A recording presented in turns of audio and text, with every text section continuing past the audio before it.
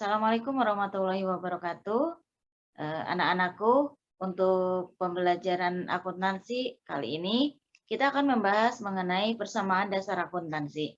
Oke, di mana persamaan dasar akuntansi ini merupakan materi yang tentu saja berkaitan dengan sistem pembukuan berpasangan atau sistem double entry atau sistem double entry bookkeeping yang sudah kita pelajari sebelumnya.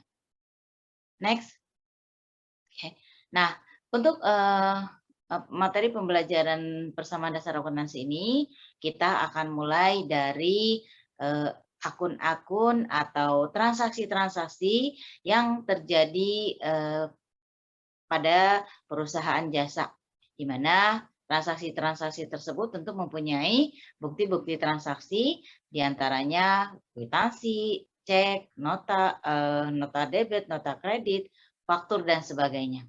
Nah, dari bukti-bukti transaksi itulah yang nanti akan kita catat dengan rumus double entry atau dengan rumus yang tentu saja nanti akan kita tuliskan di dalam persamaan dasar akuntansi tersebut. Oke, lanjut. Nah, sistem double entry ini yaitu seperti yang kita ketahui merupakan sistem pembukuan berpasangan di mana memuat dua sisi, yaitu sisi debit and credit atau debit kredit, atau dalam sekarang pembukuan pada persamaan dasar akuntansi, sistem double entry-nya itu merupakan dua sisi, yaitu sisi aktiva dan sisi pasiva. Nah, di mana kedua sisi ini harus harus selalu dalam posisi seimbang atau harus selalu dalam kondisi yang sama jumlahnya. Ya, jadi debit atau kredit atau aktiva dengan pasiva itu jumlahnya harus selalu dalam posisi seimbang atau posisi sama. Nah, bagaimana cara menyeimbangkannya? Ya tergantung dari transaksi yang terjadi. Next deh. Nah, untuk menyeimbangkan atau untuk melihat apakah double entry dari suatu pembukuan persamaan akuntansi yang kita akan tuliskan dari transaksi-transaksi yang ada tersebut, ya ada patokannya atau ada rumus yang harus kita kita pahami, yang harus kita ingat dalam setiap pencatatan transaksinya. Oke.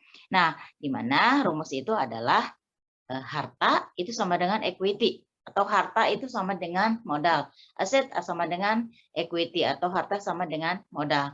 Nah, di mana di situ berarti pada asal mula atau awal seseorang pengusaha atau seorang yang akan mendirikan usaha itu akan mencatat pembukuannya, ya, harta sama dengan usaha. Nah,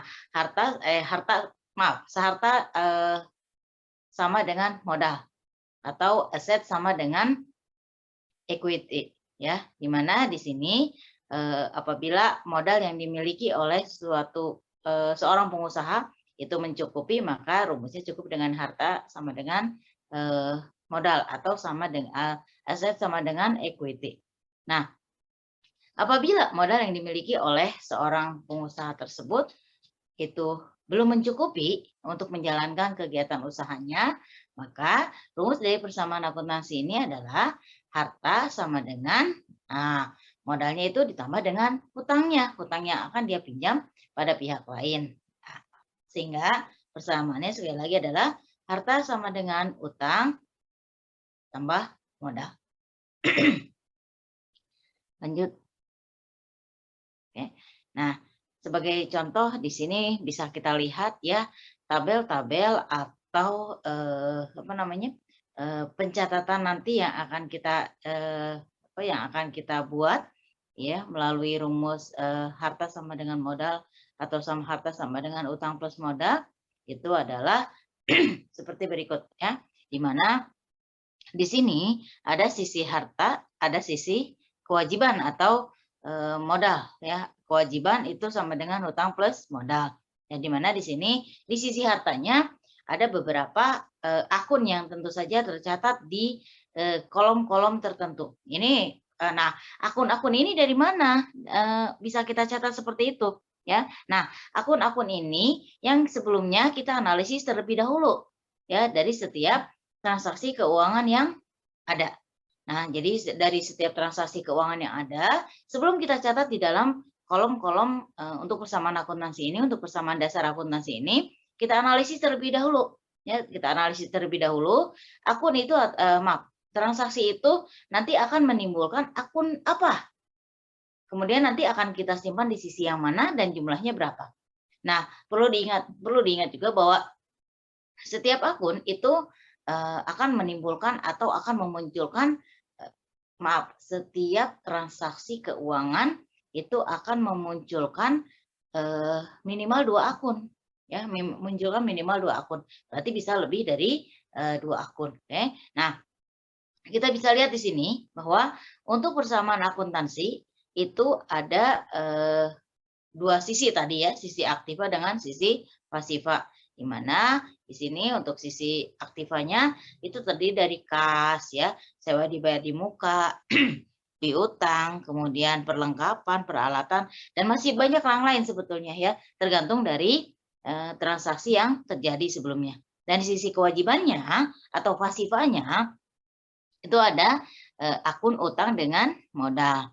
Nah, di mana di sini ada contoh di tanggal 4 Januari ini ya, seorang pengusaha yang namanya Pak Yuda itu menginvestasikan uang pribadinya ke dalam perusahaan. Nah, menginvestasikan uang pribadinya ke dalam perusahaan. Artinya berarti perusahaan ini baru berdiri. Nah, perusahaan ini sebelumnya tanpa transaksi apa-apa berarti ya. Nah, di sini berarti dengan dengan setoran uang sebagai modal dari Pak Yuda sebagai modal awal, ini akan memunculkan akun yang baru yang namanya kas.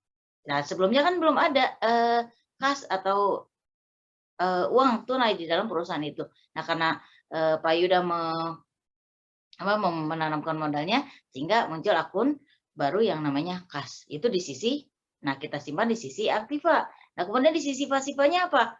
Nah, akun yang kedua yang muncul dari transaksi tersebut adalah modal. Karena tadi Tuan Yuda menyetorkan uangnya untuk modal perusahaan atau sebagai awal modal perusahaan.